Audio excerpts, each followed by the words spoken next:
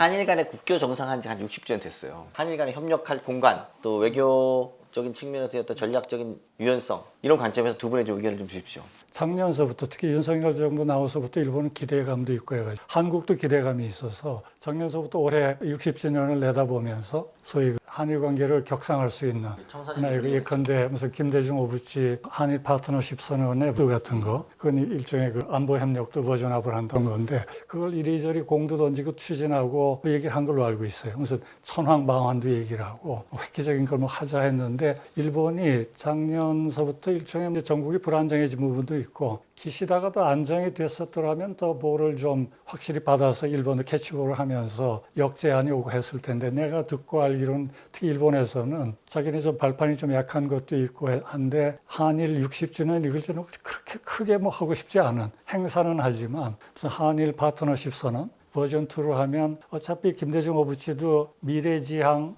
뿐만이 아니고 과거 직시라는 게 두 개 틀로 났기 때문에 또 뭔가 또 과거 얘기를 한두 마디라도 해야 되는 거 아닌가 하는 게 일본서는 아베 시절 이후에는 그 얘기는 절대 안 한다 하는 게 룰이 돼가지고 뭐 과거 얘기는 다 끝났다. 한마디도 안 꺼낸다 하는 게 일종의 그 컨센서스 비슷하게 만들어져서 그 부담을 생각을 하면 일본의 외교 당국이나 이쪽은 좀 소극적 그리고 민간의 교류 예컨대 무슨 입국이 쉽게 하기 위해서 한국에서 입국 절차를 먼저 한다든가 그런 식은 일본에도 도움이 되니까 하는데 뭔가 좀 형식적으로 더 버전업하는 거에 대해서는 일본이 조금 소극적이다 하는 게 있고 근데 한국은 뭔가 관계 강화를 하고 안보 협력을 하려면 한국 입장에서는 뭐 과거사를 또다시 사죄를 끌어내고 이런 것보다 적어도 뭔가 좀 틀을 갖추는 게 우리한테는 필요하고 그렇게 하지 않으면 우리가 괜히 그냥 일본 좋은 식으로 끌려 들어갔던 인상이 있으니까 아마 그래서 뭔가 틀을 갖추려고 했는데 그 부분에 대해서는 여전히 소극적인 것 같고 그러니까 앞으로도 가능성이 그렇게 크지는 않은 것 같아요. 세레모니는 여러 가지 있겠지만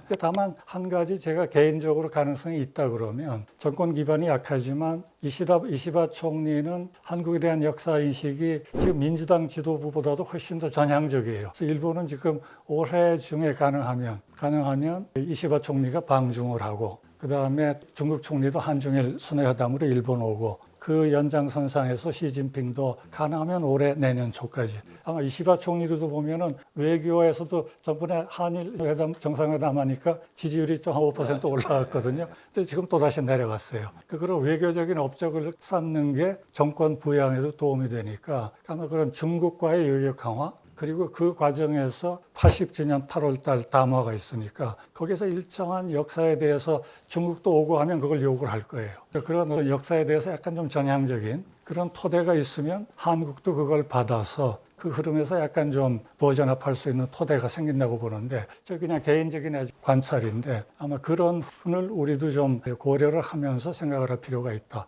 적어도 일본이 지금 적극적으로 한일 관계 강화는 이야기하지만 한일의 안보 협력은 이야기하지만 뭔가 좀 큰 틀의 안보 협력, 정치 협력의 제도화 이런 것에 대해서는 좀 소극적이다. 좀 그렇게 보여집니다. 인도태평양 전략을 좀 강화하면서 동남아 지역 또 그리고 글로벌 사우스 지역하고의 일본의 협력이 사실은 좀 전방위적으로 진행이 되고 있지 않습니까? 그런 부분도 좀 한번 소개해 주시겠습니까? 글로벌 사우스 관련해서 일본이 관심을 갖게 된 게 결국은 미중 전략 경쟁을 배경으로 해서의 움직임이라고 봐야 될 것 같습니다. 더 크게 보자면 인도태평양이라고 하는 건 아세안도 있잖아요. 글로벌 사우스에 태평양 도서국도 있고 거기에 대해서 결국은 지역 국가들과 손을 잡고 관계를 강화하는 것이 필요하다는 것. 과거와 같이 경제관계뿐만 아니라 이제는 전략적인 안보 문제에 있어서도 협력을 강화해야 되는 것. 그게 두 번째. 세 번째로 일본은 기존의 ODA와 달리 오피셜 시큐리티 어시스턴트라고 하는 즉 경제 분야가 아니라 군사, 안보 분야에 있어서도 원조를 활용할 수 있다는 그러한 새로운 틀을 만들어서 대응을 하겠다는 것.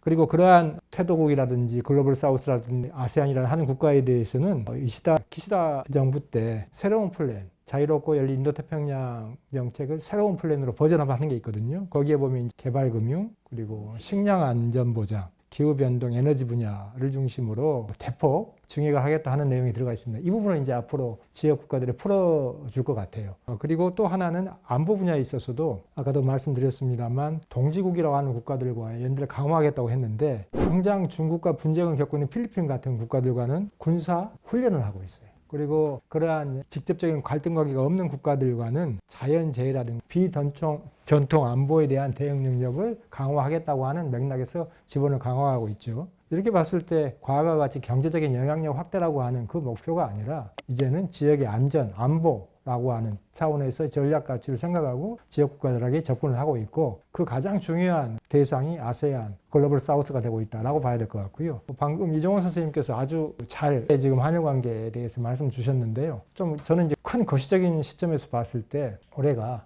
을사년에 해당되지 않습니까? 120년 전에 을사년에는 우리가 외교력을 일본에게 잃었습니다. 을사조약을 통해서. 그리고 60년이 지난 1965년에 우리가 일본과 관계 정상화를 했었습니다. 그로부터 60년이 지난 지금인데 60년 전에 우리와 일본의 1인당 국민소득은 10대 1이었는데 지금은 이제 우리가 명목 실질 다 국민소득에서 일본을 앞서가고 있습니다. 이랬을 때 일본은 우리에게 어떤 존재인가에 대한 물음이 남아있다고 봅니다. 60년 전에는 일본은 과거사 문제를 해결하고 어떻게든지 잘 사는 일본에 대해서 우리가 따라잡아야 되는 대상 이런 생각을 했었는데 지금 일본에 대해서 우리는 어떻습니까? 지금 젊은 세대, MZ세대가 봤을 때는 일본은 소비의 대상입니다. 가서 맛있는 음식을 먹고 좋은 곳을 눈으로 보고 관광을 하고 이런 대상이지 않습니까? 이랬을 때 일본은 과연 우리의 국가 이익에 어떻게 활용할 수 있는가라고 하는 부분을 우리는 물어야 될 것 같아요. 한일 양자 간의 과거사 문제도 좋고 경제협력 확대해 나가 이거 좋습니다. 그렇지만 이렇게 국제 정세가 급변하는 상황에서 특히 미국의 세계 경찰로서의 역할이 흔들리고 있는 상황에서는 이제는 일본과 지역 문제, 지역 안보, 글로벌 이슈에 대해서도 협력을 해야 되는 관계로 가야 되지 않을까. 결국은 앞으로 한국에서 어떤 정부가 들어선다 하더라도 일본에 대해서 이렇게 접근하는 게 필요하지 않을까라는 생각을 해봅니다. 거시적으로 보면 미국이 인도태평양에 아마 중국을 견제한다는 태도는 기본적으로는 줄어들지 않고 더 강화될 거예요. 그건 정권이 어디가 되든지 간에. 그다음에 또 하나는 고립주의적인 경향도 계속 강화되고 있는 건 사실이에요. 바이든 때도 그렇고 나중에 다시 트럼프 이후에 누가 나오더라도 이전과 같은 이 적극적인 관여 이건 좀 어려워지거든요. 그러니까 아마 대중국 견제의 틀을 만들면서도 부담을 점점 현지국에 증가하는 그런 게 있는 것 같아요. 그러니까 한마디만 우선 좀 첨언을 하면 그런데 이번 트럼프 2기 정권도 대중 강경파가 강요들 포진을 했는데 마르코 루비오도 그렇고 하지만 대만이 제일 걱정을 하고 있다 그래요. 왜냐하면 친대만파가 상당히 좀 뒤로 빠지고 그러니까 뭘 얘기하냐면 아마 각국의 한국, 일본을 포함을 해서 부담이 점점 커질 거예요. 그리고 또 고민도 부담도 한국, 일본이 거의 비슷해요. 왜냐하면 미국에 의존하면서도 중국과의 관계를 일본도 무시할 수가 없고 지금 최대 무역 상대국이니까 그러니까 독자 외교도 지금 하려고 하는 건데 그런 노력을 포함을 해서 공동보조 그런 공동보조 위해서 큰 틀의 전략적인 협력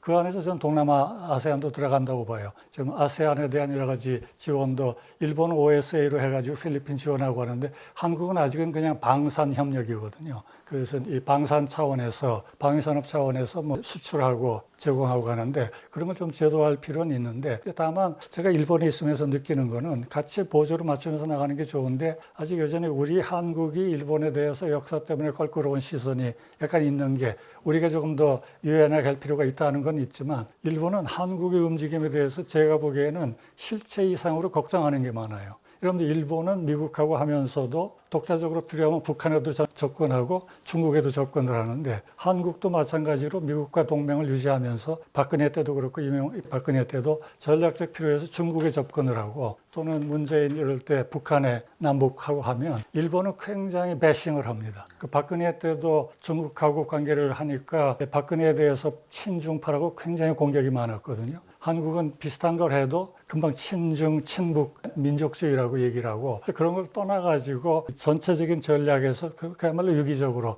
협력할 부분이 많은데 그러면서 저는 양쪽이 조금 더 역사에서 오는 프리즘 이런 거를 한국뿐만이 아니고 저는 일본도 그러면서 역사 문제의 리버스 버전이 있다고 생각하거든요. 한국이 뭘 하면 한국이 중국과 뭔가 조금만 하면 친중으로 가는 거 아닌가. 그게 어떤 정권이든지 간에. 그리고 또 남북 안정시키려고 하면 이건 또 무슨 통일 내셔널리즘이라고 얘기를 하고 일본에서도 그런 토론을 많이 했습니다. 그런 게 한일 양국이 좀 극복을 해야 되는 그리고 한국에서도 일본 친구들하고 자꾸 그런 논의를 하면서 그런 부분을 부식할 수 있도록 노력을 하는 게 필요하지 않나 그렇게 생각합니다. 오늘 두 분 이게 모시고 트럼프 시대 일본은 무엇을 준비하고 있는가라는 주제를 가지고 이야기를 나눠봤는데 일본과 너무 과거 지향적인 사고보다는 미래지향적인 어떤 사고로 우리가 먼저 더 한 걸음 나간다면 미국, 일본 그리고 주변 각 국가의 어떤 외교적인 지표에서도 충분한 레버리지를 일으키지 않을까라는 생각을 하면서 두 분께서 오늘 좋은 말씀 주신 거 다시 한번 감사드리겠습니다. 고맙습니다. 네, 감사합니다.